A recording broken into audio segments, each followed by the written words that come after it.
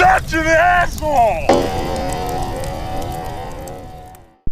AssholeConsulting.com. Go there if you got a question. Why is this thing, is it still spinning? God darn it. Alright, you're going to have to deal with the... I never understood these ceiling fans. Like, have it on or off. Don't have 43 different fucking settings. I'm like, So, anyway, we have a video request. If you have a video request, you can go to AssholeConsulting.com. Send me your questions and your fucking money, because I don't run no fucking charity.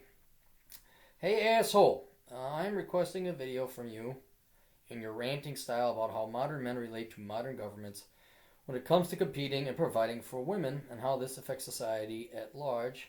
How much for that? Thanks in advance, asshole. James. Well, thank you very much, James. So we've been talking about this. This has obviously been a topic of conversation.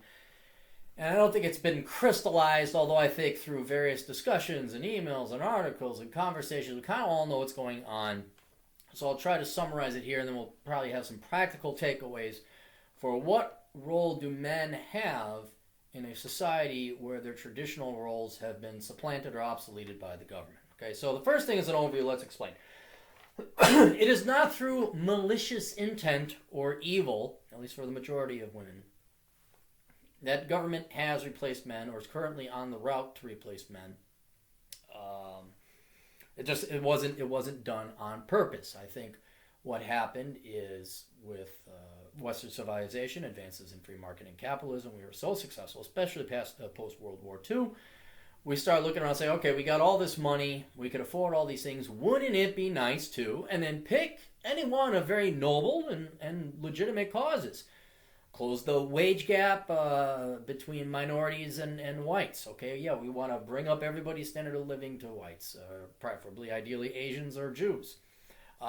We'd like women to make as much money as men. Women should have the rights to do what men do. They should be able to work. What else? Let's help the children. Let's cure cancer. So this whole potpourri, the smorgasbord of idealism, not practicality, but idealism, came about. And what it basically boils, especially with women, women vote with their hearts. They do not vote with their brains. Terribly sorry, ladies, you just don't. And I'm not going to go into it because it's true, and you can sit and think that one through. But women looked at things and like, wouldn't it be nice to? Whereas men ask the question, can we? That's the first thing. That's the key difference when it comes to politics between men and women. Men say, can we, X, Y, and Z? Women say, wouldn't it be nice to, X, Y, and Z?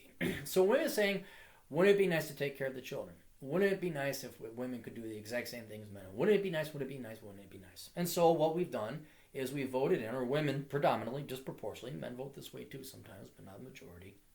Women started voting for the Democrat Party, which basically said it would be nice, and by gosh, we're going to do all these things. Now, these nice things basically were the traditional roles of women. We would feed the children, we would take care of the children, we educate the children.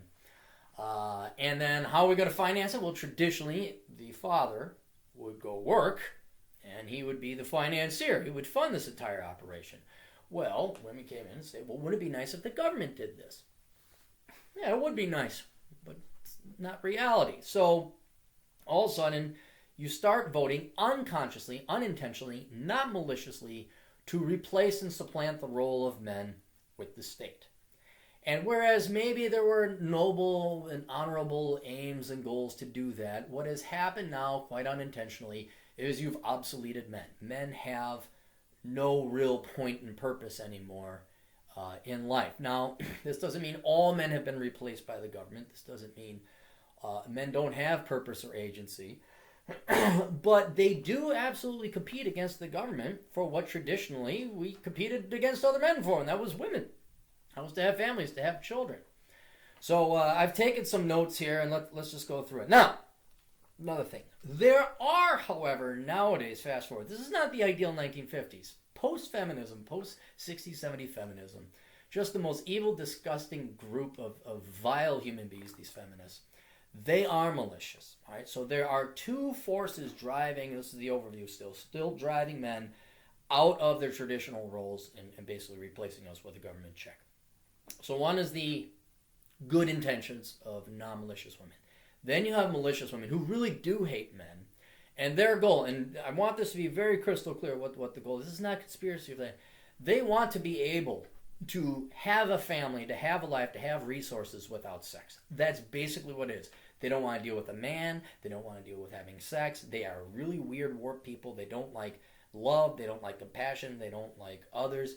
But they damn well want to have their career. They damn well want their free resources. And some of them damn well want their children. This is why, you ever notice how, like, articles about extending the life of eggs or a woman getting in vitro fertilization at 60, like, goes right to the top, and that's their dream for these evil, malicious people that don't want men in their lives. They can have everything without men, and their ticket of doing that to provide the resources is the government. So men do have a new role.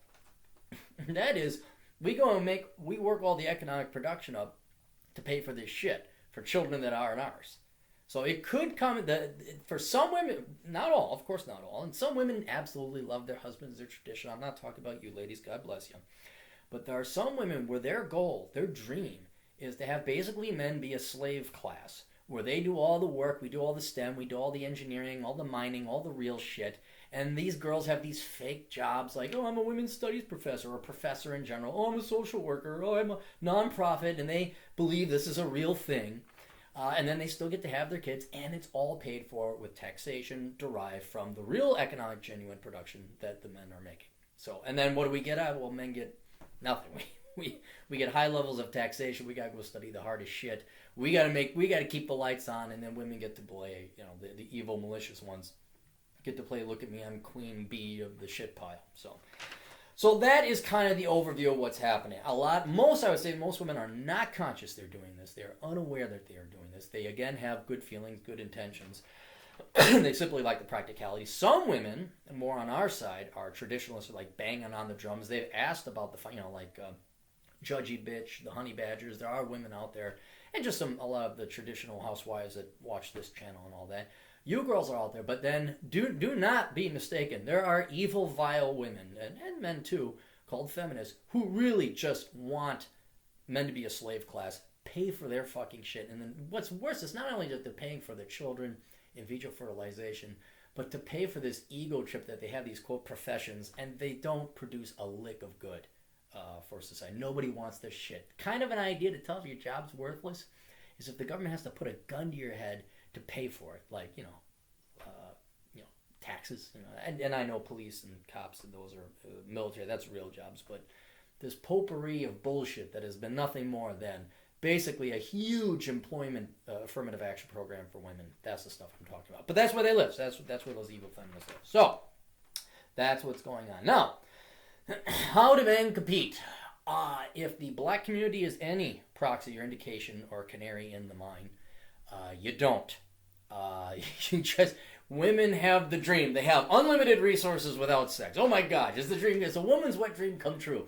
Unlimited resources and everything's paid for. So the men, you say, well, how do we compete? Well, at least when you competed against other men, it's like you had to be a better man. You had to make more money. You had to be in better shape. You had to be taller. Kind of can't compete in that. But you had to have self-improvement. So you can't. And what's happening is the classical price floor, that's what it is when the government comes in. If you remember economics, you have supply and demand curves. And we are competing for women. So for the supply of women, and we're not just competing against ourselves anymore, we're competing against the government. And what the government has done is normally supply would equal demand. You'd have a free market, it'd clear out. So the average guy, back in the day, if you had a car, nothing fancy, if you had a job, let's say you were just average Joe plumber, you had a good job, nothing fancy, you're not an investment banker, and you're a good, honest guy, you're average looking, you get the average gal. You go have kids or maybe just get married, whatever. But now the government, with all of its benefits, puts in a floor, meaning the price cannot go down beneath it. You have to pay the floor or higher, and the floor price has been set above what the equilibrium price is. In other words, the government is offering so much more to women than what the average guy can. You just can't compete. And we see that if this is perfectly displayed in the black community, where what black guy, poor black guy, can compete? Come on, go away. I got little kids, not mine. So, what black guy can compete against an unlimited number of money, like against Barack Obama, essentially, who has trillions of dollars, he will be the sugar daddy for millions of young black women. There's just no way the average guy can compete.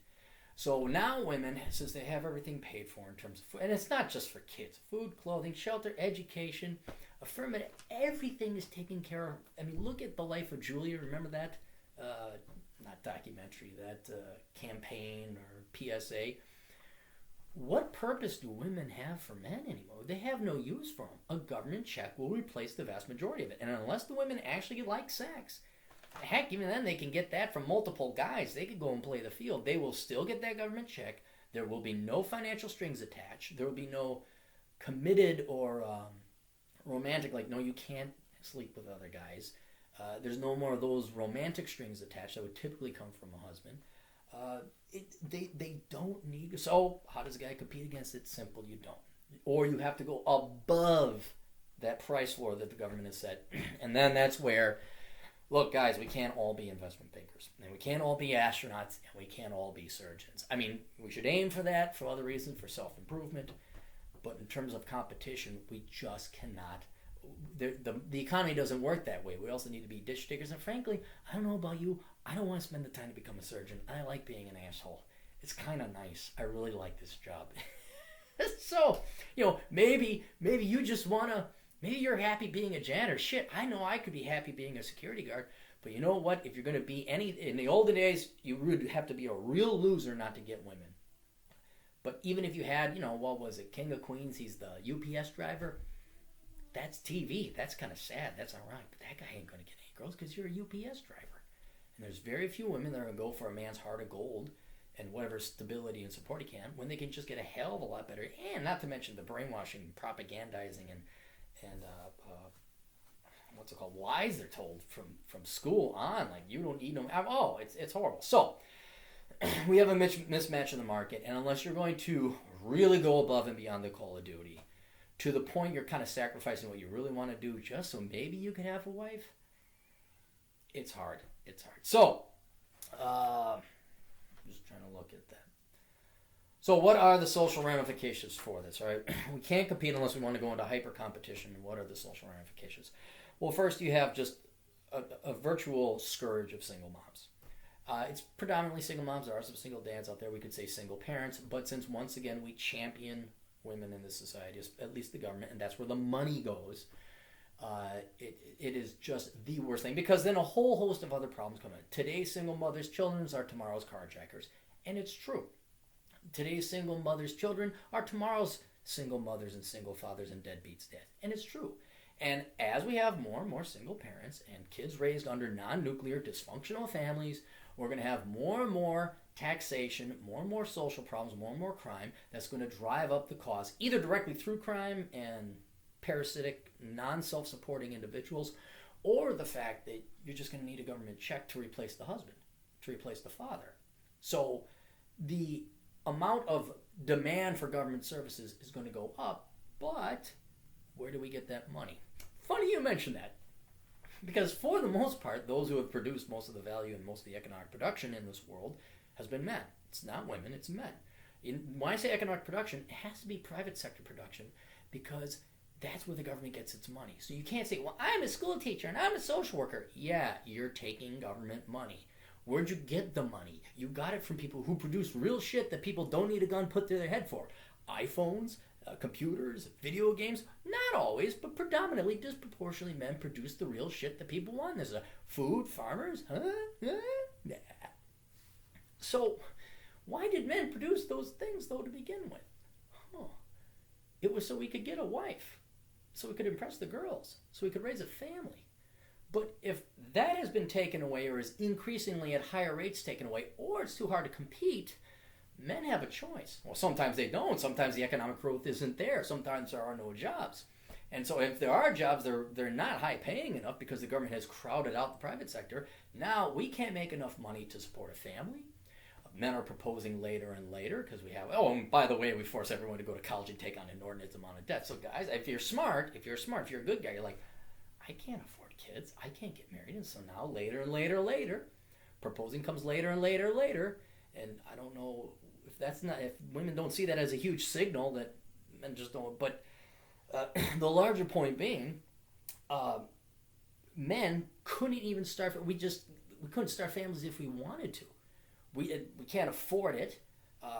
We got the student loans. We got all and if there's no jobs, well, we're out of the economy, and that affects the revenue side. So not only are expenditures going up, where we have government check dad replacing real fathers, the men who are generating the income to pay the taxes to finance basically the government taking our role and usurping our roles in society, that revenue has gone down. You see this in labor force participation rates, stagnating wages, etc., and we can all blame George Bush for this. Okay, it's all George Bush's fault. This results in another problem that comes from governments replacing men, and that is national debt. Our deficits, our country's finances, and down the road, the structural integrity of the economy comes under threat. Right? If you look at, I know, leftists, this is hard for you to do. Look at the federal budget, see where the money actually goes. It's not just war. The majority, 65% of it, goes basically to paying for other people's mistakes. It's to bail people out. Social services, it's for other people's children, other people's lives, other people's mistakes. That's where the majority, it's income transfers. We're taking money from one group of people, giving it to the other. We didn't have enough economic production or growth, these shit, pretty much since Clinton. The last time we had a balanced budget, but it became especially pronounced under Bush. And even worse. I mean, I thought Bush was a spendy guy. I thought he was like, holy shit, this guy's going to tank. And then Obama just comes in and says, well, fuck America, and jizzes all everybody's financial face. It's the economic production is going down. Men are dropping out. But we got to support women and their children, their bastard spawn, and illegitimate children. So we got to have deficit spending. Our national debt is now over 100% GDP. And if you don't know what that means, don't even fucking comment below, because you're a fucking idiot and you're ignorant by the truest of definitions.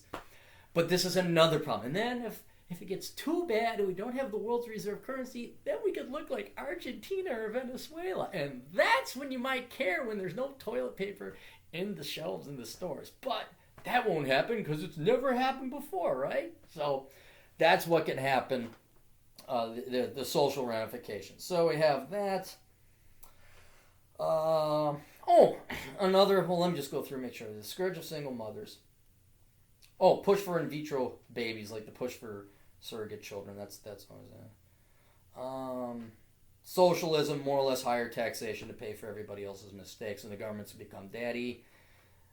We've talked about men dropping out, slower economic growth, worsening government finances due to that. This is not economic, nor even politically related. Women just become mean. You just become mean. And why not? Because they can afford to be, I shouldn't say mean, but there certainly is that, but they can become aloof and arrogant and picky. Because the worst is they'll never starve and they don't need you. So now it's kind of like employers today. I don't know if you notice employers. It doesn't matter if you have the right degree, the right job experience, or whether you want to work hard. Employers, specifically bosses, are so sadistic and so masochistic. They're kind of like, they judge you on petty things like, well, you weren't smiling the other day. Well, we have to have a talk about your attitudes. Like, dude, did I not just show up on time for like the past 3 years and get all the shit done? You know what I'm talking about. It's increasingly petty fucking bullshit that employers... That's because employers, just like women, have their choose of the lot. And if you give them the slightest bit of guff, if you walk slightly away they don't like, if you have the wrong eye color, if you wear the wrong shirt, if you coughed one time, they can get rid of you, or they can just fuck with you and toy with you, which I think a lot of you do. You men may have suffered this or noticed this, but men in their 40s and the 50s never tolerated this bullshit. We didn't have mean, vindictive women. You got stood up, but it was all horribly, socially inappropriate to sin, basically, to do that. There was no drama or temper tantrums or bipolar or social anxiety or any of this bullshit. There wasn't. If it was, you were a genuine psycho. You were in the loony bin, all right? People know. Now, this is average run-of-the-mill bullshit every teenager and 20-something guy has got to deal with. So the behavior of women has just gone down the pot to the toilet because they don't have to behave nice. They're always bailed out. There's no consequences. The olden days, you were an insufferable pain in the ass. No guy would marry you. And then then you have to go and work. Now, no, government daddy check. So now, and you see this. My man better have, again, even more pronounced. The black community is nothing. Don't think it's just the black community. They're just further down the racetrack than we are. But the lip and the attitude of some of these black women about what they demand out of their quote boyfriend, excuse me, you should be happy the guy has a job, he loves you, and he stays in shape for you. That's kind of about as good as you can get. But, whew, you better have this, my girlfriend had a, wow, really? So he's got to be Jay-Z, or not Jay-Z. Is Jay-Z the good businessman? There's a dipshit. No, that's Kanye West. Kanye West is the dipshit. Yeah, I think it's Jay-Z who's... is it P. Diddy? One of them, he's got a fashion line, great entrepreneur, has his shit together. These girls are expecting this guy, like, you better have this, you better have that, you better be a football player and have millions of dollars. It's like, what's wrong with the accountant? Huh? What's wrong with him? He's got a job, he's got a decent car. Oh, he doesn't have a Mercedes. Oh, forget his heart of gold. Forget, oh no, he's a cop. Cop's not good enough for you. Oh, okay, your brothers better be all, P. Diddy Combs or something. All right, fine. Well, fuck you. Frankie, fuck you. You're never going to you're never going to find love. So that's another, and it's not just the black ladies. I mean, you could see it even without the government.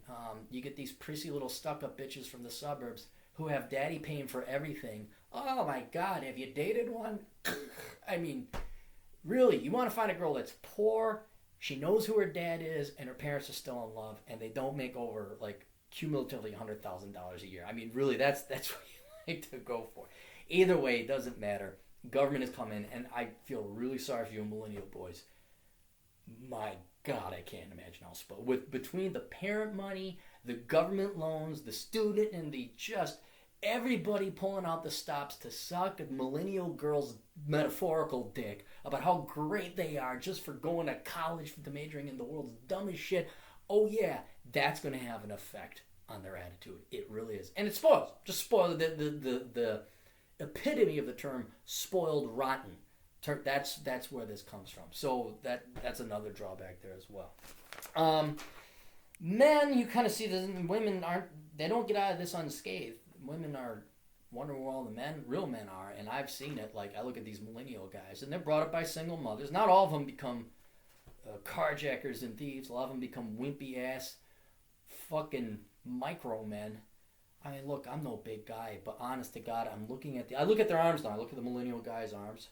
Okay, I'm not huge, obviously not. But, I can bench press my own weight. I can run, 6 miles and not die. I have an ounce of testosterone in me, and I look at these wimpy ass, they got these hairy arms, and they try and grow beards to make up for the fact that they're pussies, and they got these skinny ass little arms, and I'm looking at them like, dude, what the fuck? And I don't even know if they got the testosterone in them to, like, be attracted to him. Maybe they're just looking at porn. Maybe they were raised by such single mothers and so many government checks without any influence of masculinity or a father or a fatherly, manly role model, that they just don't care. Maybe they truly are asexual, because by God, you look at them, and I see some women that look more masculine than the fucking millennial boys do. But anyway, so there's a drawback for the women. A big complaint, they can't find men who, like, don't live at home, and are, imagine that. You still like real manly men. Oh my God, who knew? No matter what social policy and government policy, and no matter how many government checks we cut to you women, you're still genetically programmed to like real men. It doesn't override genetics. Who knew? Oh my God. So in that regard, the women get to reap what they sow. And then some men just kind of drop out, not just financially, because a lot of you guys don't have a choice. There's no jobs to take, or not one that's going to pay off your debts.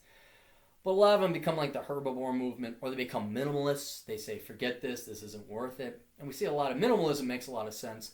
The herbivore movement, or MGTOW, where you're just like, I want nothing to do with women. If it's legitimate, I can understand, but most of you use it as an excuse because you don't want to hit the gym, you don't want to work hard. You were also raised with these poor values that came from dysfunctional, non-nuclear families. But the larger point, men will drop out. They don't, in every regarding capacity, they do not do a self-improvement. But anyway, the biggest, largest, and this kind of summarizes all of it, the biggest drawback or the biggest social ramification is what the government has done by replacing men, what the government check has done by being a substitute for males, is we've disconnected what drove improvement and advancement in society. And that is men's desire for sex, love, and to have our own families. That's what. Sorry, this is not the bullshit lie to your face show, ladies. You can go tune into The View. What has made and advanced and created all the great, wonderful inventions and miracles we have today has been men. And not even necessarily men, but our desire to impress women. So we've gone out and made the world's most fantastic of things, busted our asses off, gone to war for you, got killed, got maimed, all so we could have a shot at that pussy, all right? And the forthcoming children that would come forth.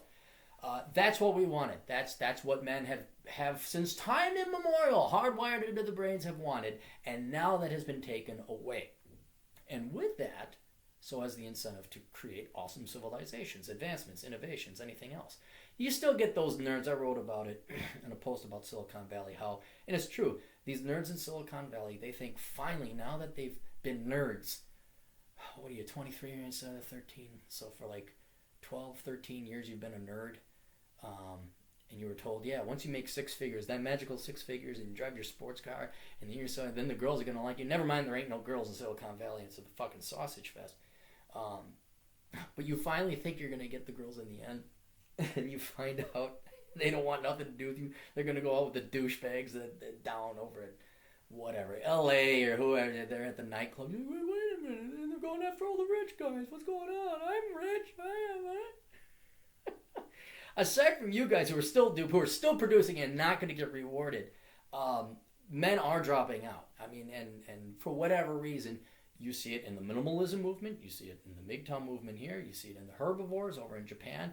Admittedly, it's because nerdiness, but probably the biggest thing I see, the two biggest things I see where men are dropping out is labor force participation rate dropping, and then, what was it? Labor force participation. And the delayment of proposing for marriage. Now, a lot of that is financially driven, but a lot of it is just like, why the fuck? I mean, you girls are not fucking Rita Hayworth. You are not fucking classy gals like Sophia Loren. It's drama and bullshit. And a guy will probably go and get the sex. He'll have the milk when the cow, or not buy the cow when the milk is free. But my God, to commit to actually marrying, no, that requires personality and class and stability. And so that's why men are postponed. I'd say of several reasons, that's another reason. And therefore is proof that men are just dropping out of society because there's nothing else. And then substitute video games, porn, whatever else. That's what's happening. Now, I always like to leave out, what can men do? What can we do? And I came up, 8 things. I came up with 8 things. Wow. So I don't want to just leave it at that and like, oh, this sucks, because that doesn't solve nothing. Step number 1, buy all my books and read them and you will be awesome. That's right here. I came up, no, that's not one. But you should do that anyway. Self-improvement. Without family, without loved ones, without the opposite sex, you have a choice. You can commit suicide, or you have 3 choices. You can commit suicide and end it. You can do nothing and just waste away for as long as your organs will pump brain fluid and blood to your brain and keep you alive and be miserable. Or you can find a substitute purpose and agency. Now, I still believe there are some girls out there that are marriage material, long-term relationship material that you could have. They're rare, but they're out there. But you should be, aside from that, you should also be into self-improvement for your own sake, because there's nothing else to do in this world. So I would read. I personally take in a ton of podcasts and audiobooks. Hike, bike, do whatever, write music, become the great Matt Baldoni. Whatever it is that's on this planet that you want to do that is within your control and will improve you as an individual and reward you intellectually, stimulatingly, etc., I would go and do that. I'm not saying make a ton of money. Unless you're really excited about starting business, totally awesome. Totally. But some form of self-improvement that gives you a reason to get up in the morning and say, hey, I may not have a family. I may not have a loved one. And it may be a royal pain in the ass to go find. As a matter of fact, I'm too fucking tired. But you know something? The reason I'm too tired is because I really enjoy reading my books. Or I really enjoy writing code. Or I really enjoy having cigars with the guys down at the cigar shop. Whatever it is, you got to find that thing or multiple things that is self-improvement and gives you purpose and agency in life. Second thing, if you really insist on you really want to have kids, okay, you're going to have to go find a wife. So that means you're going to have to find non-traditional things. So non-traditional actually means traditional now. So maybe go to church. Maybe find traditional girls there. That's no guarantee because you're going to find a thing called churchianity. And a lot of these girls say they're Christian, but they're really not. This means you could also maybe go overseas. You might have to move out of the United States. Do not do mail order brides. Please do not do that. I'm just saying look for non-Western civilization women. Non-European, non-American women. So you might have to date the Latinas, you might have to date Asians, you might have to date just not Western civilization, East Indians. Some try and find, you may have to go, and it's going to be a long, hard slog. It's just, don't expect it. Like, yeah, I just went around and they're all like Rita Hayworth. Oh, yeah, with the demeanor of Aunt B from Mayberry. So that's not going to happen. Talk about finding traditional girls. Minimalism. Minimalism, look, the enslavement has already indirectly occurred and happened anyway because it has to. We have these huge deficits. You're not going to leave children starving. Men, by default, we produce most of the shit in the economy because we major in the right shit in the right fields, and we work in the fields that actually produce all the economic production. So by whether malicious design or not, we're going to pay the disproportionate amount of taxes. We will be enslaved to this. But why be more a slave than you have to? If you don't have a wife or kids, you could be a minimalist. Men can get by on like a fifth of what it takes to raise a wife and one kid. I mean, we can get by in caves. So you get your studio apartment, you get your bed, maybe you bike to work, you just get that cheap little used Korean import, and you just enjoy it. You pursue the intellectual things like you hang out with your friends. You're not buying the Ferrari to impress the girls. You're not paying $2,500 a month for a one-bedroom piece of shit apartment in Silicon Valley to maybe get the girl back to your place where you can feel her boobie, but on the outside of the bra, but underneath the sweater. Ooh, you naughty people over at Apple. Just live your life, do what you want. What was it, Chris Pratt, I think? He was on the beach smoking marijuana and fishing, living out of his van. I'm not sure. Look it up. But it's like, why become the investment banker? Why become the surgeon? You're only going to live once. Fuck that bullshit. If you're not going to get married, you're not going to support a family, you can get by on a skeleton crew. You can get by on impulse power. So become a minimalist. 3, vote Republican. I know the Republican has all the problems in the world, but between the two parties, it's the less socialist. It's at least the party that doesn't at least have it as a stated political platform or objective to replace you with a government check. I know we all mock Christians. I know we all mock the religious right, but at least in that world, as much as I disagree with them on religion and gay rights and things like that, at least they're for the family. At least they're for putting the man back in his traditional role in society, where you are the father and the husband, and you get to make the money, and you are not obligated. They at least have that now, and they at least say that. Whether they vote, that's another. Okay, I get it, but they at least say it, and that's better than everyone thinks. Why would I vote? They're horrible. Yeah, they're horrible, but they're better than the Democrat Party. But they probably could have done a little bit better than getting somebody than Trump. But I'm just saying, in general, what you can do to fight it is vote Republican, or at least slow it down. At least, don't vote Democrat because it'll only accelerate. And by the time you die, right now you can expect to spend about 40% of your money, your working hours, paying for somebody else's fuck up. Okay? That's basically it. Or in the case of Kaepernick's parents, they spent all their life paying for a fuck up. Somebody else's fuck up. It's so funny because it's true. Slow it down so that maybe by the time you die, you're only paying 50% of your money and time to go and support other people's fuck ups. You can maybe move overseas. That's another thing, just to get out of the culture, maybe go to where it's a little bit more traditional. There are problems and drawbacks of moving overseas, like in not all Asian cultures, but some Asian cultures, they kind of view you as like, oh, you're married, now you have to send the family money, that kind of thing. And then you could always say, no, that's not how we do it in America. You're not an American, you're in Thailand. Yeah, but I'm an American, and I'll eat your food and I'll abide by your traditions, but I'm not giving you money. So that one you got to be aware of. They really look at their daughters in the traditional sense. Like, she's going to go marry into a family that will create an alliance with us, and he will give us money and send us soldiers to protect our fiefdom. Like, no. Another thing, just say no to single moms. Socially ostracize single moms. they're going to get paid to have kids and fuck up. They're going to get paid to fuck up, and have kids. That's what they're going to get paid for by you, the taxpayer. Right? That doesn't mean you have to hang out with them. That doesn't mean there doesn't have to be a sting of, oh, you're a single mom? And I totally want to get a car, like just a piece of shit car, and put the world's most politically incorrect bumper stickers on it and then film it. You see how much it gets attacked and slashed. Maybe hook up an electric pulse to it so when someone touches it, they get zapped. That'd be awesome. Anyway, I always wanted to say, have a bumper sticker just say no to single moms, and just see what happens. And the reason there'd be such a vehement reaction is because it's true. Probably the biggest lie we tell people nowadays, especially women, is that there should be no shame in being a single mom. When it's like, yeah, I'm not saying there should be all the shame in the world, but there should be some shame.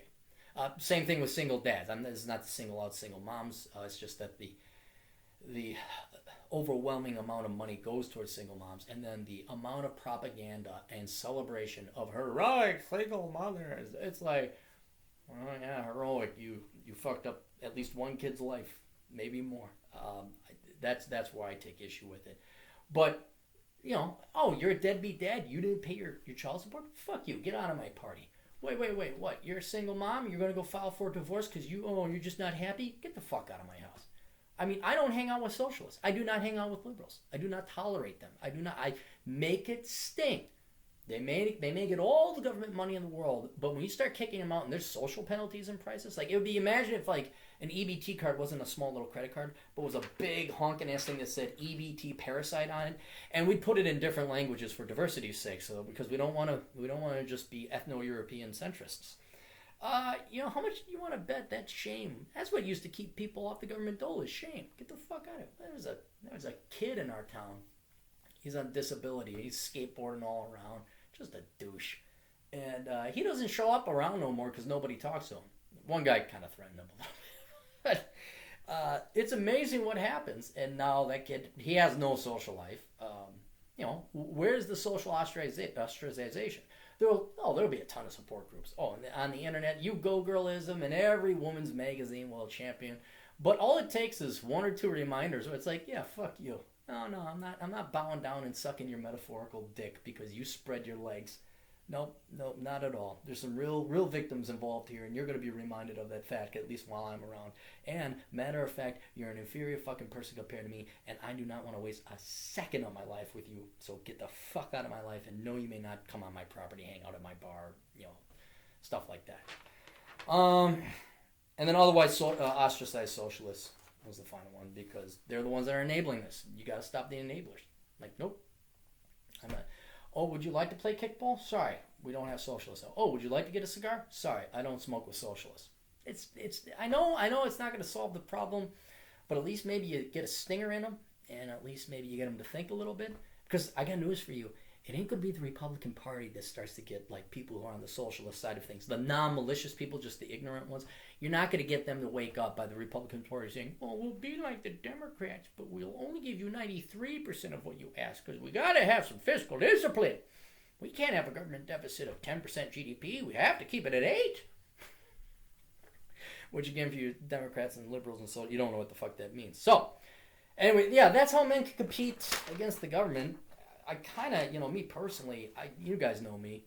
I had a vasectomy. I'm a minimalist. I checked out a long time ago because I don't think there's any hope. I really don't. I'm in it all for me. And, I just, and I'm lucky enough that I do have a quality girl. And I've been lucky enough in the past. I did, you guys know me.